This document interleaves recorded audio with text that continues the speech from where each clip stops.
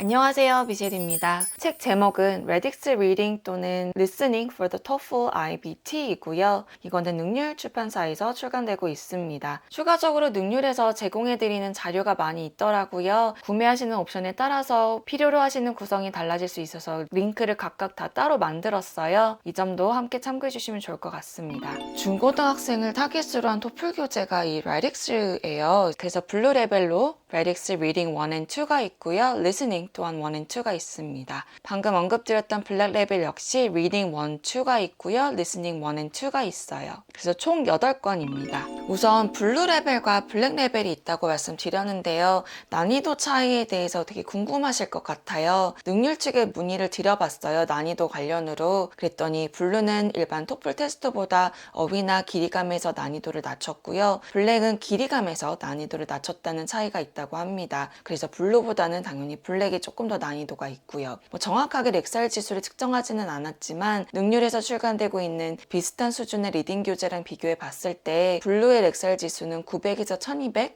정도라고 보시면 좋고 블랙은 1200에서 1400 정도라고 생각하면 될 것 같다고 합니다. 그런데 아시겠지만 렉살 지수는 그저 렉살 지수일 뿐 지문이 전달하는 그런 깊은 의미는 렉살 지수로 표기가 되지 않잖아요. 그러니까 그냥 이거는 참고만 해주시면 좋을 것 같아요. 블루 레벨과 블랙 레벨의 차이는 분명히 있기는 해요. 블루가 훨씬 더 쉽고 블랙이 좀 더 어려운데 어쨌든 블루 과정을 통해서 이제 블랙으로 향해 나가면 될 것 같은데 영어 실력이 있다는 친구라면 블랙까지는 적어도 풀 수 있는 능력이 되어야 하기 때문에 저희는 어쨌든 계속 진행을 하게 될 것 같아요. 지금 당장 블루 다음에 블랙을 바로 넘어갈지는 잘 모르겠지만 그래도 어쨌든 중고등학생 때 한 번쯤 거쳐 지나가는 교재가 될 것 같고요. 그리고 지금은 많은 지문을 만나보는 게 저희는 우선 목표예요. 그래서 문제 푸는 스킬 향상도 있지만 다양한 지문을 통해서 이런 배경 지식들이 있구나를 알아가는 중이랄까?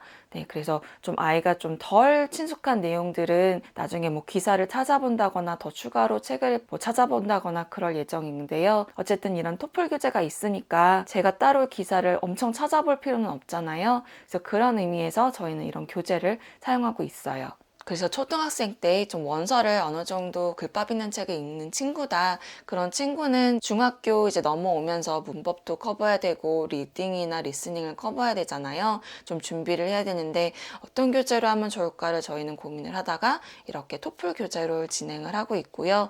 저희는 만족도 좋아요. 네네. 왜냐면 지문이 너무 엄청 길고 그 하나의 지문에 대한 질문도 너무 많지 않기 때문에 아이가 좀 덜 부담스러워하면서 해나갔던 것 같고요. 그리고 여기 안에 있는 지문들 통해서 또 새로운 것도 배우게 되고요. 그리고 자기 스스로에 대해서 알아가는 것도 분명히 있죠. 예를 들어 이 지문에 대한 내용은 일반적으로 인문학이나 과학이 되게 많대요. 사실 수능도 그렇잖아요. 편식하지 않고 다양하게 독서를 해야겠구나 이런 것도 깨닫게 되고 저 틀리는 부분에 대해서 왜 틀렸는지에 대해서도 돌이켜볼 수 있고 그런 점에서 사실은 교재를 푸는 거잖아요. 그냥 책만 읽는 것이 아니라 그래서 그런 거 도움 주는 것 같아서 사용하고 있어요. 아이들 시간 너무 부족하잖아요. 특히 중학생 되면 더 많이 부족하거든요. 저희 아이는 보니까 하나의 유닛을 보통 2번에 걸쳐서 끝내더라고. 사실 한 번에 다 끝낼 수도 있는데 뒤로 가면 갈수록 집중력이 떨어지나 보더라고요. 그래서 그냥 일부러 한 유닛을 하루에 다 끝내지 말고 한 2번으로 공부 분량을 나눠서 해보자 라고 이제 조언을 했어요. 네, 그래서 어떤 식으로 교재가 만들어졌냐면 예를 들어 하나의 유닛을 보여드릴게요. 여기 베이직 드릴이 있어요. 드릴을 통해서 여기서 예를 들어 얘기하는 about 50 meters가 나오면 여기서 왜 이 author가 이 글을 쓴 사람이 이걸 멘션을 했는지에 대해서 이제 고른다거나 그러니까 이 지문에서 저자가 의도하는 내용을 이해했는지를 확인하는 이런 베이직 드릴스가 2개 정도 있고요. 이제 reading practice를 해요. 그러니까 이거는 조금 더 문항수가 많죠. 그리고 서머리를 하게끔 장려를 해요. 저는 이 부분이 되게 좋더라고요. 네, 그리고 이런 식으로 practice를 3개 정도 하고 테스트를 한번 봐봅니다. 그리고 vocabulary review를 해요. 그리고 여기 안에는 actual practice test가 3개 정도 담겨 있어요. 네, 이렇게 3개. 그리고 answer key가 뒤에 있습니다. 저는 솔직히 이 앤서키가 너무 불편한 거예요. 저는 이제 수학 문제집에 익숙해져서 그런지 섹션마다의 페이지 넘버를 원하는데 이렇게 74쪽부터 79쪽 이런 식으로 뭉뚱그려서 얘기하니까 0, 1이 물론 이제 리딩 첫 번째, 두 번째, 세 번째라는 의미이긴 하지만 그냥 이거를 구간으로 나타내지 않고 각각 써주면 더 편했겠다라는 생각을 매번 하면서 문제 채점을 했던 것 같아요. 리스닝 교재도 한번 보여드릴게요. 이거는 이제 조만간 저희가 시작을 할 거예요. 네네. 그런데 여기도 목차를 보시면 비슷한 분량이 나와 있어요. 파트 A, B, C가 있고요. Actual Practice Test도 3개 정도 가지고 있습니다. 여기 Answer Keys and Audio Scripts 보시면 리딩과는 달리 여기에 스크립트가 다 있어요. 그래서 중요하게 들었어야 되는 부분도 언더라인이 되어 있고요. 여기 잘 안 들렸다. 그러면 다시 듣기 하시면서 스크립트 보면서 다시 듣기 하시면 될 것 같아요. 여기 Basic Comprehension Questions가 있고요. 여기도 동일한 포맷으로 레이아웃이 되어 있어요. Basic Drills 1 and 2 있고요. 여긴 딕테이션이 있어요. 내가 들리는 거를 이제 fill in the blanks를 할 수 있는지가 이제 관건이잖아요. 이게 들려야 내가 충분히 이해를 하는 거니까. 그래서 이렇게 딕테이션이 있다는 점, 그리고 리스닝 프랙티스가 1, 2, 3가 있고요. 여기 이제 메인 토픽이 있어요. 예를 들어 여기는 서비스 인카운터고요. 마케팅, 그 다음에 physics. 이쪽 분야 관련된 기사라던가 책을 본 친구라면 거기에 나오는 단어라던가 내용이 친숙할 테니까 조금 더 쉽게 잘 들릴 수 있을 것 같고요. 여기 practice에도 메인 토픽이 있죠. zoology가 있습니다. 그래서 여기 또 마무리로 vocabulary review가 있어요.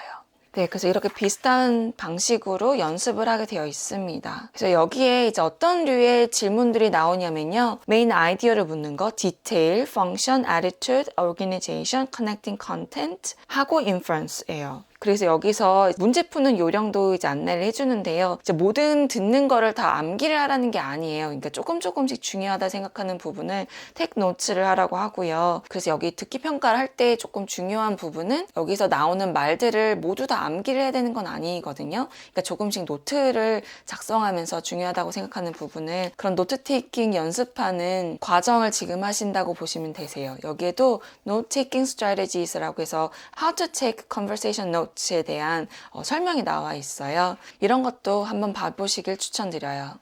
그래서 이 교재를 통해서 우리 아이가 잘하는 점, 부족한 건 어떻게 채워나가면 되는지 이거를 알아가는 과정 중에 있으니까요. 지금 당장 너무 많이 틀렸다. 그러면 우리 아이가 어쩌면 이 수준이 아닐 수도 있다는 걸 파악하실 수 있고 다양한 배경 지식이 아직 덜 쌓여 있다는 것을 파악하실 수도 있어서 교재를 더 다양한 걸 찾아서 문제 푸는 스킬을 향상시킨다기보다는 좀 더 다양한 배경 지식을 쌓을 수 있도록 독서 쪽으로 다독 쪽으로 가시는 것도 추천드려요. 꼭 정말 두꺼운 책을 안 읽더라도 좀 기사 같은 거를 자주 다양하게 접하는 게 되게 중요하거든요. 물론 문제 푸는 스킬도 연습이 필요하지만 기본은 아이가 다양한 학문에 대해서 좀 기본적인 배경 지식, 그러니까 상식을 많이 가지고 가는 것이 가장 유리하지 않을까 싶어요. 그리고 어떤 분께서 틀린 거를 어떻게 봐주는지에 대해서 이제 문의를 주셨어요. 예를 들어 이제 이런 거를 풀었는데 아이가 이걸 틀렸어요. 그래서 아이 보고 사실은 먼저 풀어보라고 하죠. 네, 그래서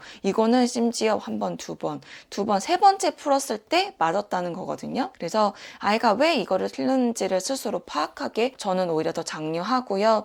왜 첫 번째로 잘못된 A를 선택했었는지, 왜 잘못된 D를 선택했었는지 스스로 그 이유를 역으로 파악하게끔 했던 것 같아요. 왜냐면 단어도 알고 어떤 의미의 문장인지도 아는데 문제를 틀렸다는 이유는 질문을 제대로 안 읽었거나 지문을 이해를 덜 했거나 이거에 대한 배경 지식이 부족하거나 아니면 진짜 이 말귀를 못 알아들었다거나 이런 식으로 여러 가지가 있을 수 있잖아요. 그거를 아이가 스스로 파악하기를 장려하고 있어요. 아직까지는. 네. 그리고 어떤 분께서 이거를 번역을 하는지에 대해서 문의를 주셨어요. 우리나라에서는 아직 영어를 한국어로 번역을 하게끔 훈련을 시키고 있잖아요. 그런데 번역을 잘하려면 우선 많은 지문들을 읽어보고 무슨 어떤 의미인지 뉘앙스 파악이라던가 그거를 하는 게 우선이라고 봤어요. 어떻게 한국어로 잘 표현을 하는지에 대한 그런 번역은 또 다른 스킬이기 때문에 우선 지문이 전달하려는 메시지가 무엇인지를 파악하는데 더